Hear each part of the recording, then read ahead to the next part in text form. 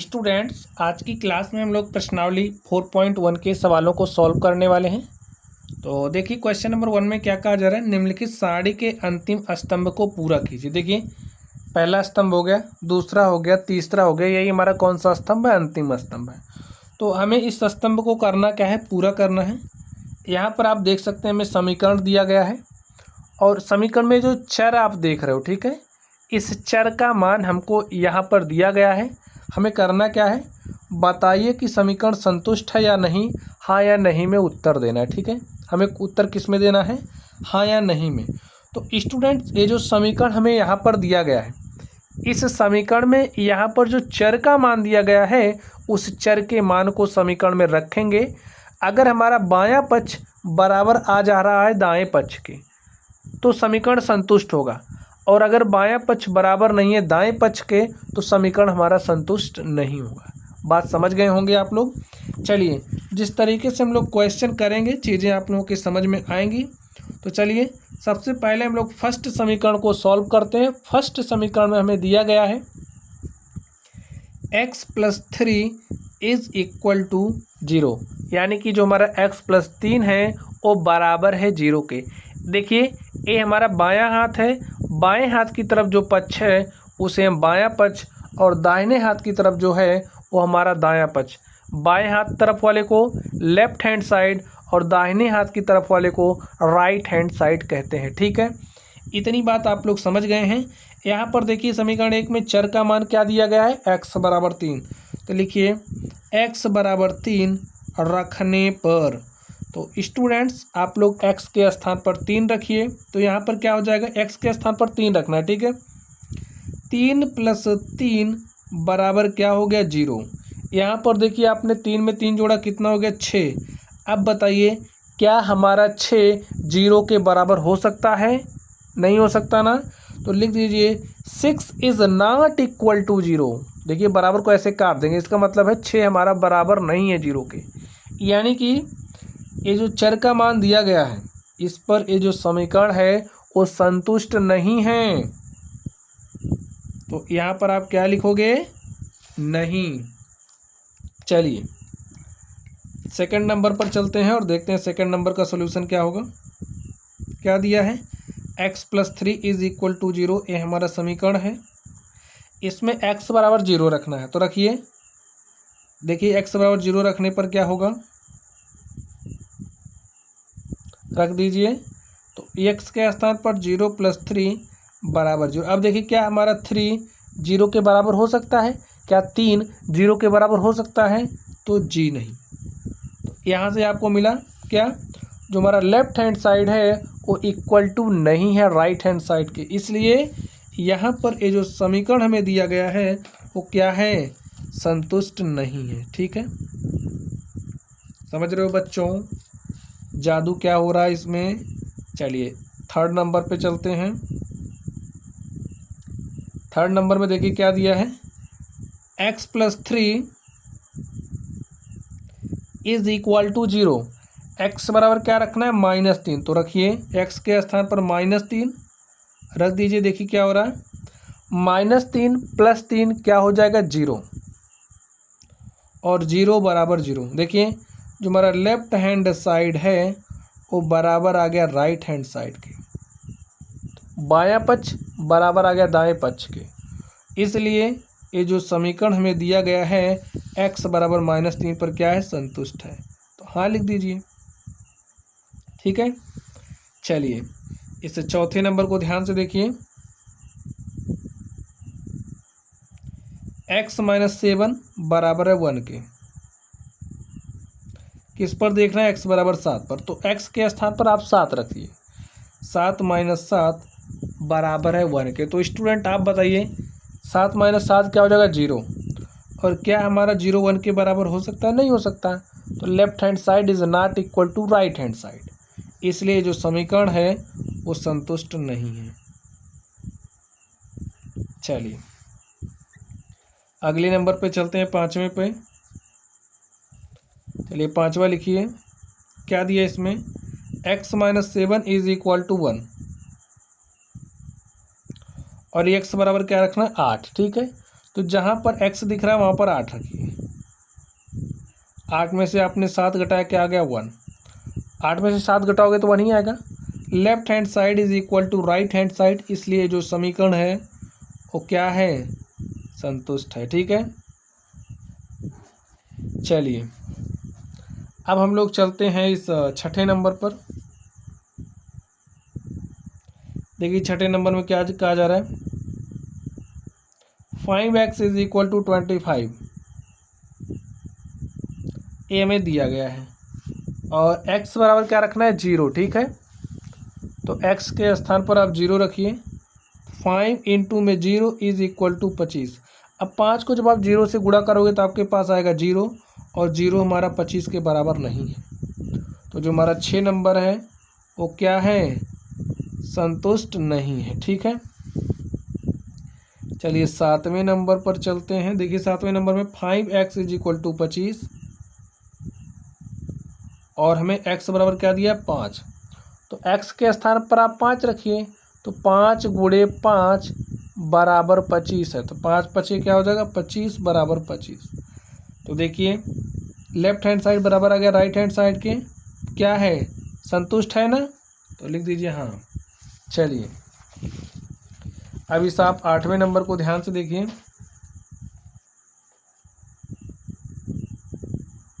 क्या दे रखा है, 5x is equal to 25, 5x is equal to 25, x बराबर -5। तो x के स्थान पर क्या रखना है, -5। देखिए प्लस माइनस का मल्टीप्लिकेशन माइनस, तो आपको क्या मिलेगा, -25। अब आप बताइए क्या -25 हमारा 25 के बराबर हो सकता है, तो नहीं होगा बराबर।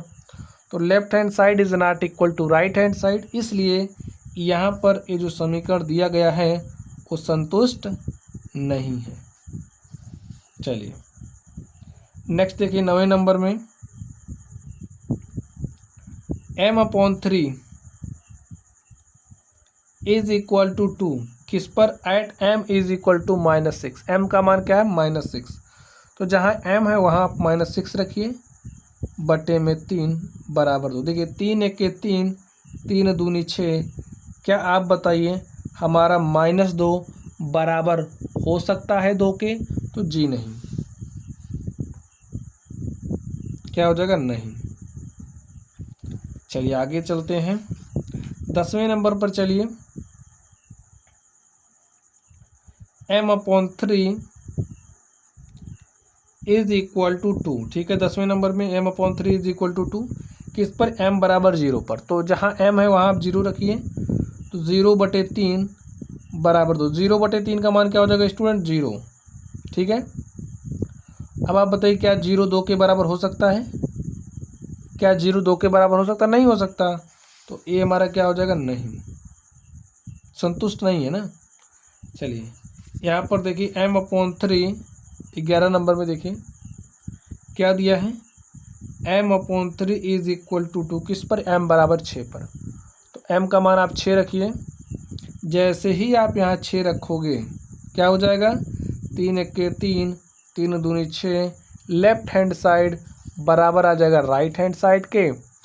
तो जब लेफ्ट हैंड साइड बराबर होता है राइट हैंड साइड के, तुम्हारा समीकरण क्या होता है, संतुष्ट होता है। तो स्टूडेंट इस तरीके से आप देख सकते हैं जो हमारा प्रश्न संख्या 1 था, प्रश्न संख्या 1 के सवालों को हमने हल कर लिया है। चलिए अब हम लोग अगले प्रश्न पर चलते हैं और देखते हैं हमारा अगला प्रश्न क्या है। तो स्टूडेंट्स आप लोग प्रश्न संख्या 2 को ध्यान से देखिए। इसमें क्या कहा जा रहा है, जांच कीजिए कि कोष्टक में दिए हुए मान दिए गए संगत समीकरणों के हल हैं या नहीं। यहाँ पर स्टूडेंट हमें समीकरण दिया गया है और ये जो कोष्टक आप देख रहे हो, कोष्टक में क्या दिया गया है, जो भी चर हैं उनके मान दिए गए हैं। अब इन चरों का मान इसमें रखेंगे। अगर n बराबर, जैसे जो मान दिया गया उस पर बायां पक्ष यानी कि लेफ्ट हैंड साइड बराबर आ रहा दाएं पक्ष के यानी कि राइट हैंड साइड के, तो ये जो है वो दिए गए समीकरण का हल होगा। अगर नहीं है तो हल नहीं होगा। इस मान पर लेफ्ट हैंड साइड बराबर होना चाहिए राइट हैंड साइड के, ये बात आपको ध्यान में रखना है। चलिए लिखते हैं। तो देखिए सॉल्यूशन क्या हो जाएगा, क्या दिया है n+5 is equal to 19। n बराबर क्या रखना है 1, तो देखिए n बराबर 1 रखने पर तो रख दीजिए 1+5 इज इक्वल टू 19 और 1+5 कितना करोगे, हो जाएगा 6। अब बताइए क्या 6 हमारा 19 के बराबर है? क्या हमारा जो लेफ्ट हैंड साइड है वो इक्वल है राइट हैंड साइड के? नहीं है, left hand side is not equal to right hand side, इसलिए n बराबर 1 समीकरण का हल नहीं है।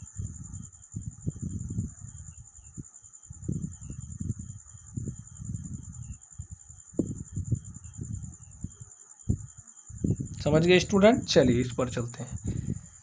इसका सॉल्यूशन देखिए क्या हो जाएगा, समीकरण लिखिए 7n+5 इज इक्वल टू 19 दिया है, n बराबर क्या रखना है -2, लिखिए n बराबर -2 रखने पर रख के देखिए क्या आएगा, जहाँ n है वहाँ पर -2 रख देना है, तो रख दीजिए +5 इज इक्वल टू 19, 7 दूनी 14 -14 हो जाएगा भाई, प्लस माइनस का गुणा माइनस होगा, तो 7 दूनी 14 -14 प्लस 5। अब देखिए -14 प्लस 5 कितना आ जाएगा -9। अब बताइए क्या -9 हमारा 19 के बराबर है? बराबर नहीं है। लेफ्ट हैंड साइड लिख दीजिए, left hand side is not equal to right hand side, इसलिए n बराबर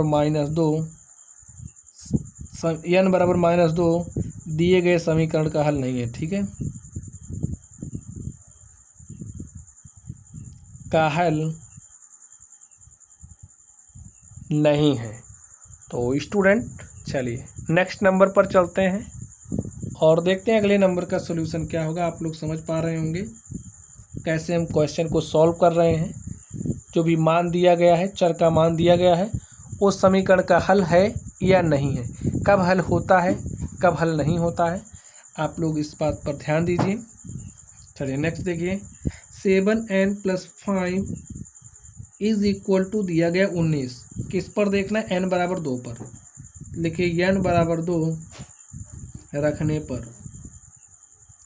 तो n का मान स्टूडेंट जहाँ जहाँ n है वहाँ पर आप क्या रखोगे 2, तो 7 इंटू में 2 + 5। जैसे अगर इस तरीके से लिखा गया स्टूडेंट देखिए, तो ऐसे अगर 5n लिखा गया है तो इसका मतलब क्या है, 5 का n के साथ गुणा हो रहा है। ठीक है, ये बात आपको समझना है, आप लोगों ने पहले भी सीखा है। चलिए +5 इज इक्वल टू क्या है 19 है, तो 7 दूनी 14 + 5 इज इक्वल टू, नहीं देखिए 14 में 5 जोड़ोगे क्या हो जाएगा 19, और 19 इज इक्वल टू 19। तो यहाँ से आप कुछ देख पा रहे हैं, जो हमारा लेफ्ट हैंड साइड है वो बराबर है राइट हैंड साइड के, इसलिए n बराबर 2 दिए गए समीकरण का हल है, समीकरण का हल है। समझ पा रहे हैं आप लोग? समझ पा रहे हैं तो कमेंट बॉक्स में कमेंट जरूर कीजिएगा कि समझ में आ रहा है। ठीक है, हाँ अगर कोई डाउट है तब भी आप लोग अपने डाउट्स को शेयर कर सकते हैं। देखिए इसमें क्या कहा जरा, 4p - 3 is equal to 13, n बराबर क्या, यहाँ पर p हमारा चर क्या है p है, तो p का मान क्या रखना है 1। लिखिए p बराबर 1 और रखने पर, तो आप p का मान 1 रखिए, तो 4 इंटू में p है तो p के स्थान पर 1 रखना है, -3 इज इक्वल टू 13। 4 के क्या हो जाएगा 4 - 3 इज इक्वल टू 13, 4 में से 3 घटाओ 1। अब बताइए क्या हमारा 1 13 के बराबर हो सकता है, तो जी नहीं, 1 हमारा 13 के बराबर नहीं हो सकता। तो यहाँ पर आप क्या देख रहे हैं, जो हमारा लेफ्ट हैंड साइड है वो क्या है, इक्वल नहीं है राइट हैंड साइड के, इसलिए p बराबर 1 समीकरण का हल नहीं है, का हल नहीं है। ठीक स्टूडेंट, तो इस तरीके से जो हमारा क्वेश्चन नंबर 2 था हमने इसको भी हल कर लिया है क्या? हल कर लिया है। चलिए देखते हैं, इसमें अभी और है तो हम लोग इसको भी सॉल्व कर लेते हैं। ई को देखिए, ई में क्या कहा जा रहा है, ई में भी हमें समीकरण दिया गया है, चर का मान दिया गया है, तो इस पर चेक करते हैं ये समीकरण का हल है या नहीं है। तो समीकरण क्या दिया है, 4 - 3 = 13। पी बराबर क्या रखोगे, -4। लिखिए पी बराबर -4 रखने पर, तो रख दीजिए -4। 4 गुणे में पी के स्थान पर -4, तो 4 गुणे -4 - 3 = क्या है, 13। 4 को -4 से मल्टीप्लाई करोगे क्या हो जाएगा स्टूडेंट, 4 चौके 16 और प्लस माइनस का गुणा माइनस, यहाँ पर 3 = 13। -16 - 3 कितना हो जाएगा, -19। और बताइए क्या -19 हमारा 13 के बराबर है, तो जी नहीं। Left hand side is not equal to right hand side. ठीक है, हमारा लेफ्ट हैंड साइड और राइट हैंड साइड के बराबर है ही नहीं, इसलिए p बराबर -4 समीकरण का हल नहीं है, का हल नहीं है। चलिए इस f पर चलते हैं और इसको भी हल कर लेते हैं। तो देखिए f का सॉल्यूशन क्या हो जाएगा, हमें क्या दिया है, 4p - 3 = 13। p बराबर क्या रखना है, 1। तो देखिए p बराबर 1 रखने पर, तो p का मान 1 रखिए, जहाँ p देख रहे हैं वहाँ 1 रख दीजिए। तो 4 गुणे में 1 - 3 = 13। 4 के 4 - 3 = 13, और 4 में से 3 गया, क्या आ गया, 1।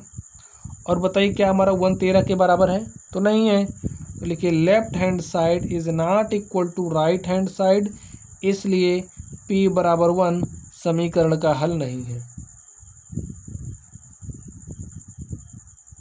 का हल नहीं है।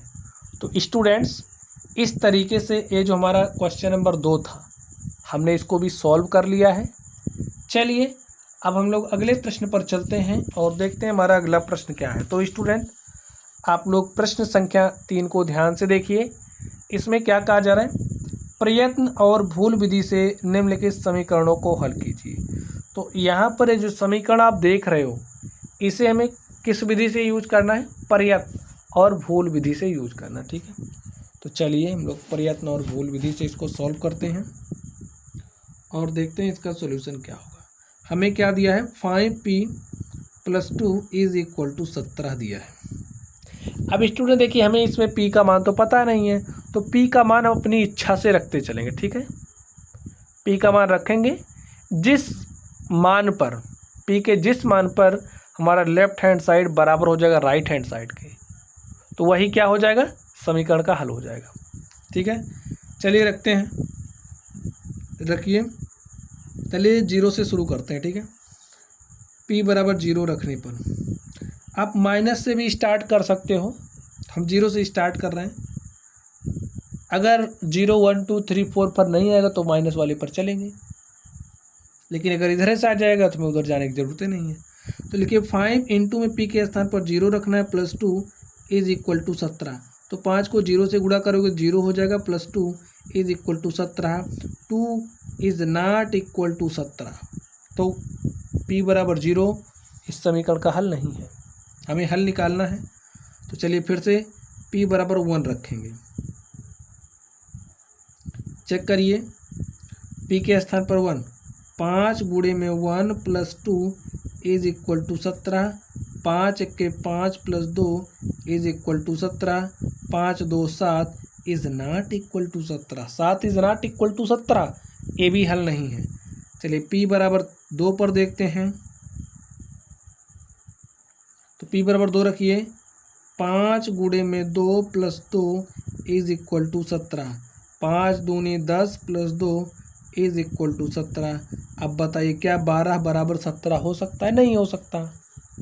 चलिए आगे चलते हैं, p बराबर अब आप 3 रखिए, देखिए क्या आएगा, p बराबर 3 रखिए, तो p के स्थान पर 3, 5 गुणे 3 + 2 = 17। 5 3 15 + 2 बराबर 17। 15 दो कितना हो जाएगा 17।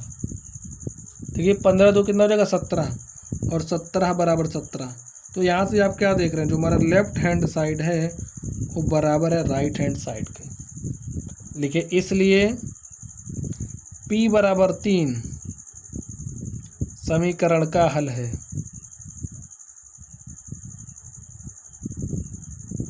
ठीक है, तो इस तरीके से देखिए हमने इसके मान को, ये जो समीकरण था, समीकरण का हल क्या होगा हमने उसको निकाल लिया। तो P बराबर 3 समीकरण का हल है। ठीक है, और हमने ये जो इस विधि का यूज किया, हमारी यही विधि क्या है, भूल विधि है, या फिर आप इसे प्रयत्न विधि भी कह सकते हैं। चलिए इसके दूसरे नंबर पर चलते हैं और देखते हैं इसका सॉल्यूशन क्या होगा। क्या दिया गया है, 3m - 14 इज इक्वल टू 4, ये दिया गया हमें, और हमें इसे क्या करना है, प्रयत्न विधि से इस समीकरण का हल निकालना है। तो चलिए हल निकालते हैं। चलिए स्टार्ट करते हैं। तो लिखिए हमें यहाँ पर 4 चाहिए। चलिए लिखते हैं m बराबर 0 से ही शुरू करिए, रखने पर तो रख दीजिए 3 गुणे में 0 - 14 बराबर 4। 3 गुणे 0 करे वो 0 हो जाएगा, -14 बराबर 4। तो देखिए -14 क्या हमारा 4 के बराबर हो सकता, नहीं हो सकता, तो ये हल नहीं है। ठीक है, चलिए m बराबर 1 रखते हैं। स्टूडेंट आप लोग एक बात ध्यान से सोचिए, आपको ऐसा सोचना है कि यहाँ पर ऐसी कौन सी संख्या रख दें जिससे 4 आ जाए। तो आप सोचिए अगर यहाँ पर हम 6 रख दें, 3 छक्के 18 -14, तो 18 में से 14 घटाओगे 4 आ जाएगा ना, यानी कि m बराबर 6 पर समीकरण तो हल हो जा रहा है, left hand side right hand side के बराबर आ जा रहा है। तो आप ऐसे ही चल सकते हैं, उसी के अकॉर्डिंग चलिए। ठीक है, m बराबर 1 रखने पर क्या हो जाएगा, अब प्रयत्न या भूल विधि का इस्तेमाल करना है, इसलिए हमें लंबा प्रोसेस करना पड़ेगा। तो 3 × में 1, m के स्थान पर -14 बराबर 4, 3 1 के 3 -14 बराबर 4। अब यहाँ पर क्या हो जाएगा, -11। बताइए क्या -11 4 के बराबर हो जाएगा, भाई -14 + 3 -11 हो जाएगा, और -11 इज नॉट इक्वल टू 4। चलिए m बराबर 2 पर आप चेक करना, m बराबर 3 पर आप चेक करना। ठीक है, ये आपके लिए होमवर्क है। m बराबर आप 2 रखना, m बराबर आप 3 रखना, m बराबर आप 4 रखना, और m बराबर आप 5 रखना। ठीक है, इस पर आप रख के चेक करना। अब हम देखेंगे डायरेक्टली m बराबर 6 पर। तो रखिए m के स्थान पर 6, 3 गुणे में 6 -14 बराबर 4, और 3 छक्के क्या हो जाएगा 18 -14 बराबर 4। देखिए 18 में से आप 14 घटाइए, क्या आएगा, 18 में से 14 घटाओगे 4 आ जाएगा, और 4 बराबर 4। तो स्टूडेंट्स यहाँ से आपको कुछ मिला, क्या मिला बताइए, तुम्हारा लेफ्ट हैंड साइड है और बराबर है राइट हैंड साइड के, इसीलिए m बराबर 6 समीकरण का हल है। समीकरण का हल है। और स्टूडेंट्स इस तरीके से ये जो हमारा प्रश्न संख्या 3 था, हमने प्रश्न संख्या 3 को सॉल्व कर लिया है। चलिए अब हम लोग अगले प्रश्न की तरफ चलते हैं और देखते हैं हमारा अगला प्रश्न क्या है। तो स्टूडेंट आप लोग क्वेश्चन नंबर 4 को ध्यान से देखिए, इसमें क्या कहा जा रहा है, निम्नलिखित कथनों के लिए समीकरण दीजिए। अब तक हमें समीकरण दिया गया था, लेकिन अब हमें समीकरण बनाना है। ठीक है, तो चलिए हम आपको समीकरण बनाना सिखाते हैं। संख्याओं x और 4 का योग। अब जैसे योग का मतलब आपको पता है क्या होता है, जोड़ना। ठीक है, अब यहाँ पर क्या कह रहा है, संख्याओं x और 4 का योग। x और 4 का योग का मतलब प्लस लगा दीजिए, किसके बराबर है, 9 के। निम्नलिखित कथनों के लिए समीकरण, हमें समीकरण ही देना है। x और 4 का योग 9 है, तो x + 4 बराबर 9, ये हमारा समीकरण हो गया। चलिए आगे देखते हैं। y में से 2 घटाने पर 8 प्राप्त होता है। अब y में से 2 घटाइए, ऐसे तो घटेगा, तो y में से 2 घटाने पर 8 प्राप्त होता है, बराबर 8 हो गया आंसर। समझ गए, जैसे हम कहें आप 6 में से 2 घटाइए और 6 में से 2 घटाने पर आपको 4 प्राप्त होता है। आप क्या करोगे, 6 में से 2 घटाने पर 4 प्राप्त होता है, 6 - 2 = 4। वैसे कह रहा y में से 2 घटाने पर आपको 8 प्राप्त होता है। तो ये हो गया हमारा समीकरण। गुना का मतलब गुणा होता है, ठीक है। जैसे हम कहें 2 का 10 गुना, तो 10 गुना मतलब 2 को आप कितनी बार लेंगे, 10 बार। ऐसे 1 का 10 गुना यानी कि 1 को आप कितनी बार लेंगे, 10 बार। 1 का 10 गुना यानी कि 1 × 10 किसके बराबर है, 70 के। तो इसे हम क्या लिखेंगे भाई, 1 को 10 से गुणा करोगे 10 ही हो जाएगा। 10 से हमारा किसके है बराबर, 70 के। ठीक है स्टूडेंट, ये हमारा क्या हो गया, आंसर हो गया। हमें इसे हल तो करना नहीं, केवल समीकरण ही बनाना है। चलिए अब हम लोग इसके अगले नंबर पर चलते हैं और देखते हैं इसका सॉल्यूशन क्या होगा। तो पढ़िए, संख्या b को 5 से भाग देने पर 6 प्राप्त होता है। संख्या b को 5 से भाग दे रहे हो, जैसे हम कहें आप 10 को 2 से भाग दीजिए, तो आप क्या करोगे, 10 को 2 से भाग दे रहे हो, कुछ ऐसा लिखोगे। b को 5 से भाग दे रहे हैं, ये b है, b में हम 5 से भाग दे रहे हैं, b/5 लिखेंगे। तो लिखिए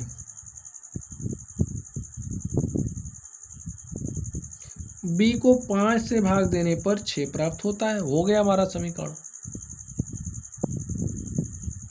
t का 3/4, t का मतलब होता है गुणा, ये बात आप लोग समझे। t का मतलब गुणा, 3/4 यानी कि 3/4 कितना है, 15 है भाई। t × 3 करोगे 3t, चलिए इम्प्लाइज दैट 3t / 4 = 15।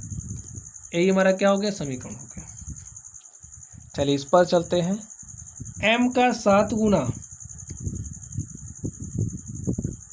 m का 7 गुना का, m का 7 गुना, तो m × 7 और 7 का योगफल, m का 7 गुना और 7 का योगफल, यानी कि इसी में आपको क्या करना है, 7 जोड़ना है।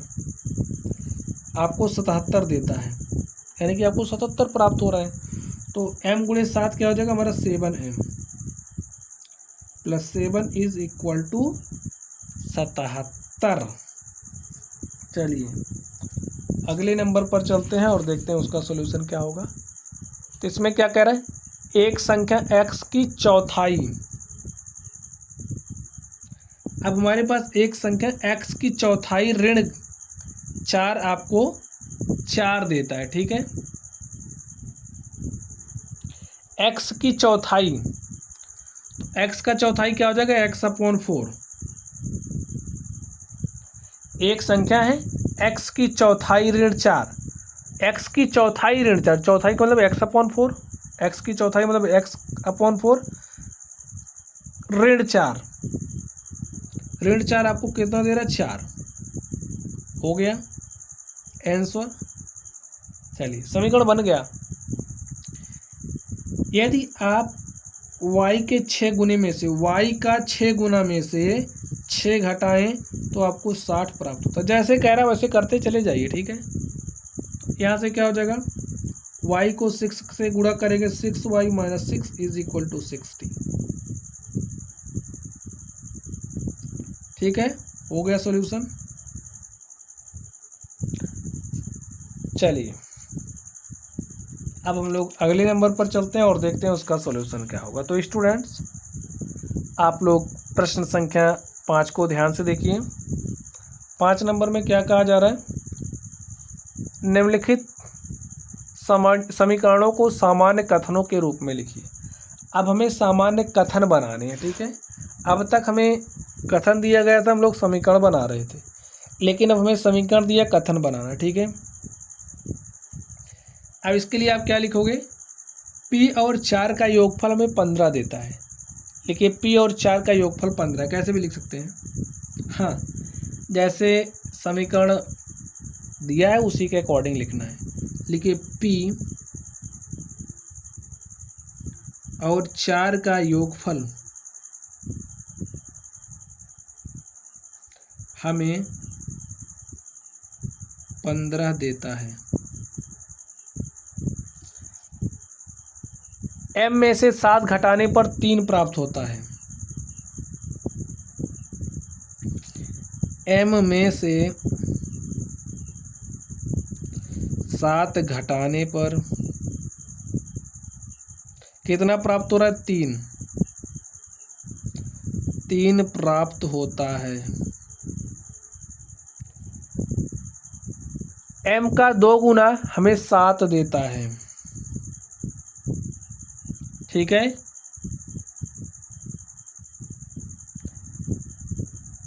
m का 2 गुना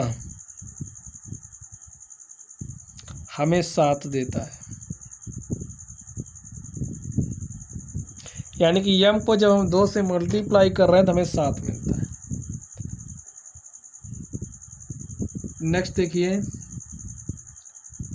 यहाँ पर ये जो हमारी संख्या m है, m का 1/5 यानी कि m को 1/5 से गुणा करने पर हमें 3 प्राप्त होता है। m को 1/5 से गुणा करने पर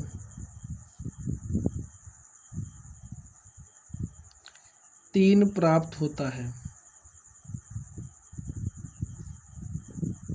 ठीक है। यहाँ पर देखिए, इसको आप कैसे लिखोगे? m का 3/5 हमें 6 देता है, ठीक है।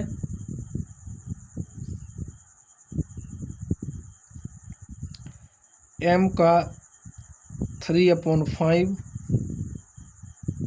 हमें 6 देता है। 3p + 4 = 25। लिखिए, p को 3 से गुणा करके 4 जोड़ने पर, p को 3 से गुणा करके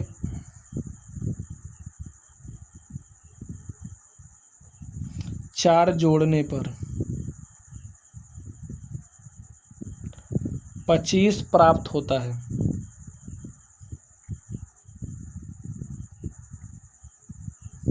ठीक है। नेक्स्ट देखिए स्टूडेंट, 4p - 2 = 18 है। तो यहाँ पर देखिए क्या होगा, 4 को p से गुणा करके 2 घटाने पर 18 मिलता है।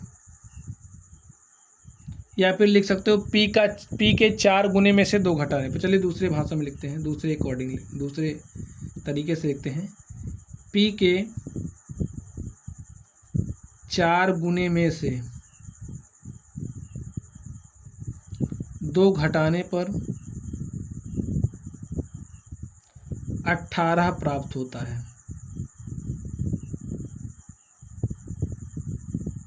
यहाँ पर देखिए, p के 1/2 में या फिर p के आधे में 2 जोड़ने पर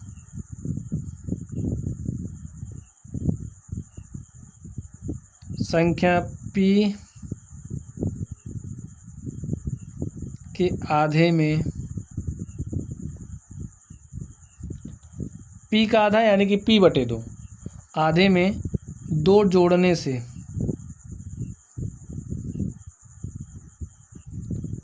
8 प्राप्त होता है। और स्टूडेंट्स, इस तरीके से ये जो हमारा क्वेश्चन था हमने इसको भी हल कर लिया है। चलिए अब हम लोग अगले प्रश्न पर चलते हैं और देखते हैं हमारा अगला प्रश्न क्या है। तो स्टूडेंट्स, क्वेश्चन नंबर 6 देखिए, प्रश्न संख्या 6 में क्या कहा जा रहा है, निम्नलिखित स्थितियों में समीकरण बनाइए। हमें करना क्या है, समीकरण बनाना। तो चलिए हम लोग समीकरण बनाते हैं, ठीक है। चलिए हल करते हैं।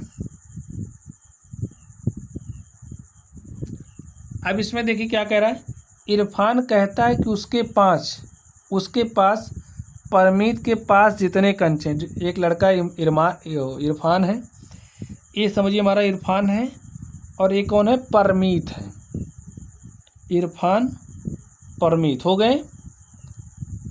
परमीत के पास जितने कंचे हैं उनके 5 गुने से 7 अधिक कंचे हैं। इरफान के पास, जैसे अगर परमीत के पास x कंचा है, समझ गए, तो परमीत के पास जितने कंचे हैं उनके 5 गुने से 7 अधिक, इसके पास x है तो इसके पास x के 5 गुने से 7 अधिक कंचे हैं, इरफान के 37 कंचे हैं, ठीक है। तो ये बराबर किसके हो जाएगा? 37 के। समझ गए आप? परमीत के कंचों की संख्या को m मान लीजिए। अब यहाँ पर हमें चर m मानने के लिए कहा जा रहा है, तो स्टूडेंट ये जो x है, x के स्थान पर हम क्या मान लेते हैं? m मान लेते हैं, ठीक है। तो इरफान के पास जो कंचे हैं उनको हम कैसे लिखेंगे? देखिए, इसके पास m कंचे हैं तो इरफान के पास m का 5 गुना, यानी कि 5m में 7 जोड़ते हैं, तो जो कंचों की संख्या है वो किसके बराबर आती है? 37 के। हमें समीकरण बनाने थे तो हमने समीकरण बना दिया। तो लिखिए 5m + 7 = 37, ठीक है। यही हमारा क्या हो गया? आंसर हो गया, काम खत्म। देखिए, आप x भी ले सकते थे, लेकिन यहाँ आपसे बोला है कि आपको m ही लेना है, तो इसलिए हमने क्या लिया? m लिया। चलिए, अब हम लोग इसके अगले नंबर पर चलते हैं और देखते हैं उसका सोल्यूशन क्या होगा। तो स्टूडेंट, अब आप लोग इसको ध्यान से देखिए। लक्ष्मी के पिता की आयु 49 वर्ष है। समझिए, लक्ष्मी है और इसके फादर है। आप समझ जाइए, ये लक्ष्मी है, उसके फादर है। लक्ष्मी की आयु को हमें y लेना है, ठीक है। तो लक्ष्मी की आयु अगर y है तो उनकी लड़की की आयु के 3 गुने से, ये जो फादर है इनकी आयु लड़की की आयु की 3 गुने से, यानी कि y का 3 गुना क्या हो जाएगा? 3y से 4 वर्ष अधिक है। 4 वर्ष अधिक हो गई। पिता की आयु कितना है? 49 वर्ष है, तो बराबर किसके हो जाएगा? 49 के। समीकरण समझ में आया कैसे बना स्टूडेंट्स? लक्ष्मी के जो पिता की आयु 49 वर्ष है, यानी कि पापा उसके 49 साल के हैं, ठीक है। अब उनकी आयु लड़की की आयु के 3 गुने से, लड़की y वर्ष की है तो लड़की की आयु का 3 गुना, यानी कि y का 3 गुना 3y, और मैं 4 जोड़ दे रहा हूँ तो 49 के बराबर आ रहा है। तो समीकरण हमें बनाने थे, और समीकरण क्या बनेगा? 3y + 4 = 49, और यही हमारा क्या हो गया? आंसर हो गया।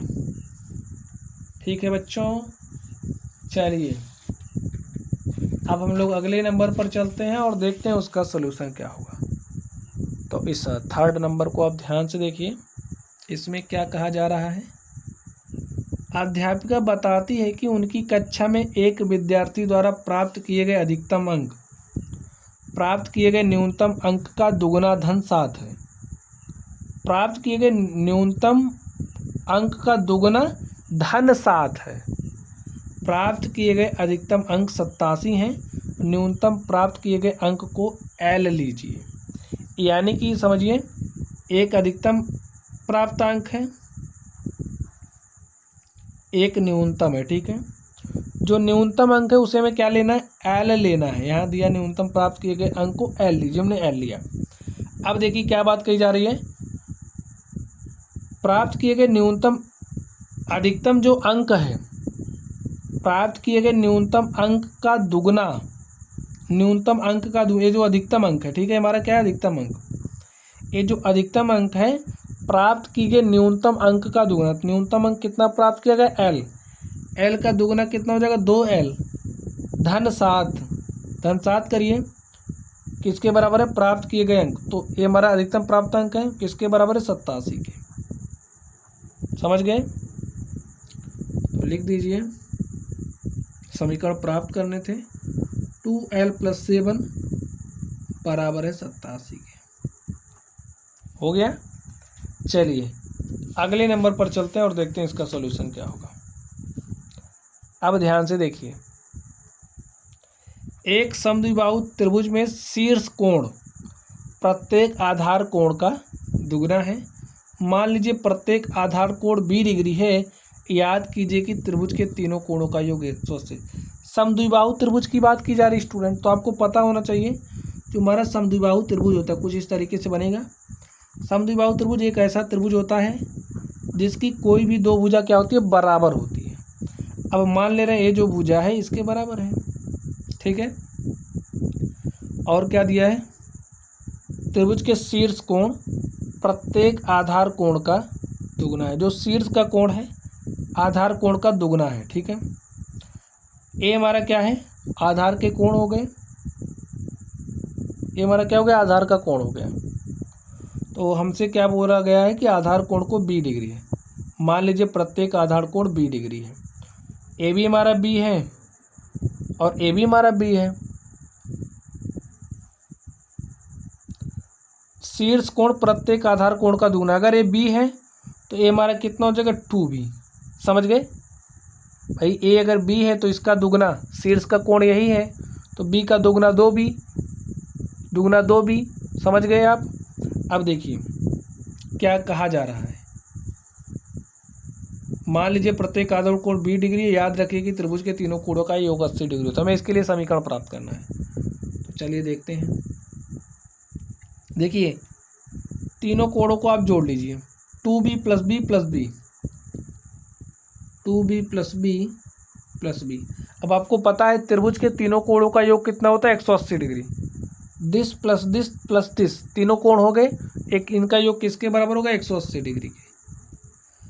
2b प्लस बी कितना भी हो जाएगा, 4b is equal to 180 degree.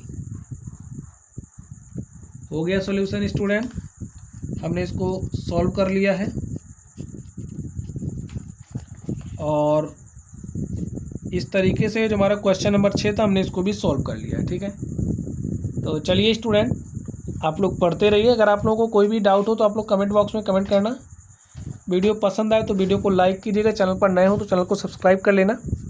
तो चलिए आप लोग पढ़ते रहिए। Thank you.